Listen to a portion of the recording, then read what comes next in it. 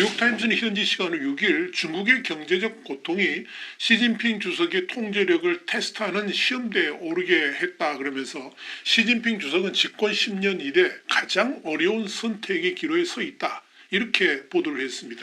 뉴욕타임스는 이어서 최근 중국 부동산 기업들의 디폴트 우려와 함께 소비와 민간 투자, 고용 같은 경제 지표 부진, 또 지방정부들의 부채 문제 등으로 인해서 시 주석이 기존의 통제권을 일부 포기해야 할 수도 있는 상황이라 그러면서 이 중국 내 경제적 어려움은 시진핑 주석의 제왕적 통치 이미지를 약화시키고 있고 10년 넘게 집권한 시 주석의 의제에 대한 가장 지속적이고 가시적인 도전으로 부상하고 있다. 이렇게 진단했습니다.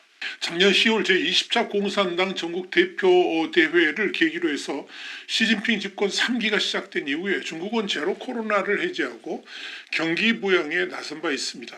하지만 경제 지표가 줄줄이 부진하게 나오는 가운데 최근에는 대형 부동산 업체인 미국 이안에 이 디폴트 우려까지 부각된 상황입니다. 시진핑 정부는 참으로 어려운 선택의 문제에 직면해 있습니다. 한편으로는 민영기업에 더 많은 재량을 주고 부채 문제로 허덕이는 지방정부의 재정 지원을 늘리하는 상황입니다만은 다른 한편에서는 경제와 국가재정을 바로잡기 위해서 더 많은 권한을 행사해야 되는 상황일 수도 있다는 겁니다. 이건 사실상 고통스러운 조치를 추진해야만 한다는 거죠. 중국 경제 문제의 핵심은 주택 판매 부진이고 이는 적어도 부분적으로는 시 주석의 선택에 따른 결과입니다. 부동산 부문은 20년 이상 중국 성장의 주요 동력이었습니다만은 이 개발업자들은 엄청난 수준의 부채를 쌓았고 시 주석은 이들의 과도한 차입을 단속했습니다. 문제는 이로 인한 부동산 위기가 경제 전반에 파급되면서 중국 당국은 이 주택 판매에 대한 규제를 완화해야만 했고 앞으로 더 큰 조치를 취할 수도 있을 것입니다. 민영기업 위축 문제도 당장 중국 당국이 풀어야 될 엄청난 과제입니다. 이 역시 시진핑의 국진민퇴 정책으로 인해 민영기업이 쇠퇴하면서 중국 경제에 심각한 주름살을 안겨준 겁니다. 그런데 지금 중국 경제 상황은 다시 민간기업을 살리지 않고서는 다른 방법이 없다는 것이 이미 입증됐습니다. 이 민영기업 위축은 알리바바를 비롯한 빅테크뿐만 아니라 민영기업이 해야 할 일들마저도 국영기업이 포식함으로써 민영기업들이 설 자리를 잃게 됐다 하는 비판을 피할 수가 없습니다. 이런 정책의 후유증을 이제야 깨닫고 다시 민영기업 활동을 장려하려 하고 있습니다마는 이미 망가져버린 민영기업의 재활은 사실 쉽지 않은 상황입니다.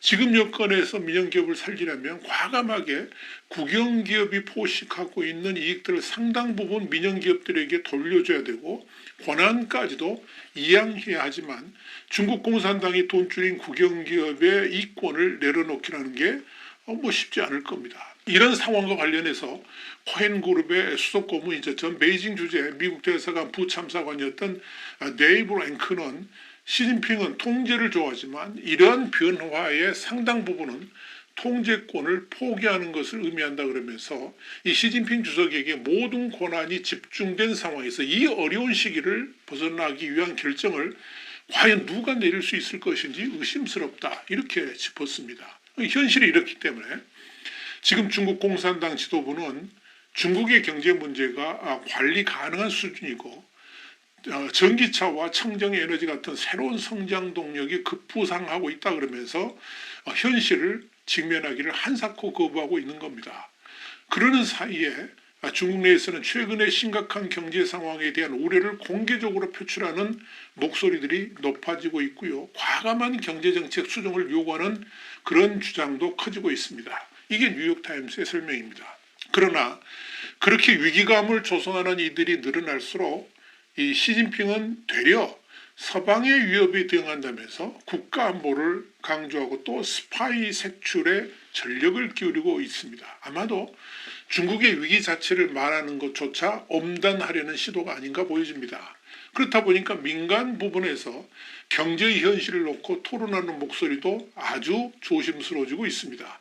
그럼에도 중국 인터넷 사용자들은 문제는 경제고 그 뿌리는 정치에 있다 하는 내용이 담긴 은퇴한 홍콩 사업가인 르몬홍의 에세이를 유포하면서 중국 경제 문제에 대한 책임을 시진핑에게 돌리고 있기도 한 겁니다.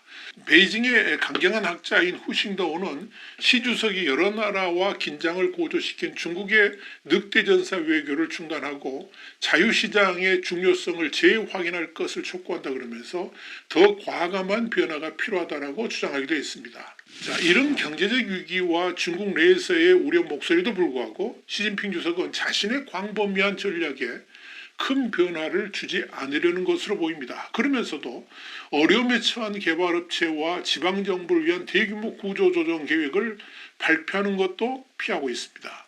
여기에 대해서 나티시스의 아시아태평양 지역 수석 이코노미스트인 알리시아 가르시아 헤레로는 중국 지도부는 중앙정부가 구세주가 될 것이라는 인식을 조장하고 싶지 않는 것으로 보인다라고 말했습니다. 이는 중앙정부가 지방정부에게 도움을 줄 사항이 사실 없기도 하지만 지방정부의 문제는 지방정부가 책임지고 해결하라는 무언의 압박인 것으로 판단됩니다. 문제는 지방정부가 스스로 해결해 나갈 수 있는 능력이 전무하다는 점입니다. 그러니까 중앙과 지방이 서로 핑퐁을 하면서 상황을 더욱 악화시키고 있는 겁니다. 결국 지금 흘러가는 상황을 보면 시진핑의 중앙지도부는 현재 닥친 중국 경제 위기를 당장 해결할 방법도 없고 또 손을 대려 하지도 않는 것으로 보입니다. 물론 경제를 되살리기 위한 뚜렷한 대책이 없기 때문이기도 할 것입니다. 그러니까 아예 손을 놓고 있다는 겁니다. 물론 이런 배경에는 그동안의 시진핑 10년 정권에 대한 실패를 인정하지 않으려는 속셈도 깔려 있다고 봐야 될 것입니다. 문제에 대한 대책을 내놓으려면 그동안의 문제점 분석을 한 다음에 개선책을 내놓아야 되는데 문제점 분석에는 당연히 시진핑 10년 정책에 대한 비판이 들어가야 하기 때문에 이를 꺼리고 있다 하는 이야기입니다. 그러니까 그 어느 누구도 선뜻 나서가지고 지금의 경제 상황이 갖는 문제점 분석을 하지 않으려는 것이고 그런 사이에 시간만 계속 흘러가고 있다 이렇게 보면 될 겁니다. 문제는 지금의 병든 중국 경제를 치료할 시간이 얼마 남아있지 않다는 점입니다. 시간이 갈수록 상황은 더욱 악화될 것이고 그럴수록 경제를 살리기도 쉽지 않아질 것입니다. 이와 관련해서 미국 싱크탱크 아시아 소사이어티의 중국 분석센터 연구원인 닐 토마스는 지금 중국은 매우 불확실한 시기로 분명히 시 주석 행정부를 둘러싼 자신감이 바닥인 순간이다 그랬습니다. 그러면서 중국 경제가 더 악화할수록 시 주석이 경로를 더 수정해야 될 것이다 이렇게 말하면서 빠른 결단을 촉구했습니다. 여기서 시진핑의 빠른 결단이라는 것은 결국 시진핑 자신이 주도해왔던 지난 10년간의 정책을 사실상 뒤집는 것을 의미하는 겁니다. 중국 공산당 주도의 경제가 아니라 민간에게 과감하게 경제의 주체를 넘겨주는 대대적인 개혁이 수반되어야만 한다는 겁니다. 물론 그렇게 개혁하려면 중국 공산당의 거센 반발에 부딪힐 수밖에 없을 것입니다. 자신들의 밥그릇을 넘겨줘야 되기 때문에 그런 거죠. 그렇다고 중국 경제의 밥그릇을 공산당이 계속 쥐고 있는 한 중국 경제의 패러다임 변화는 결코 가능하지 않다는 데 문제의 심각성이 있습니다. 뉴욕타임스는 이런 측면에서 시진핑은 더 강해져야 된다라고 봤습니다.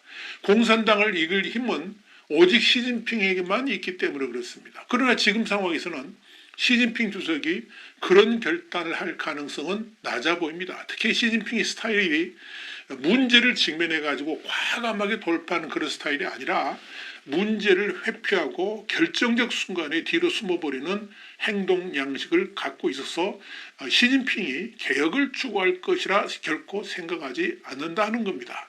이렇게 시진핑 주석이 우물쭈물하는 사이에 중국이 되살아날 수 있는 시기는 점점 멀어져만 가고 있습니다. YTN 정세 분석이었습니다. 감사합니다.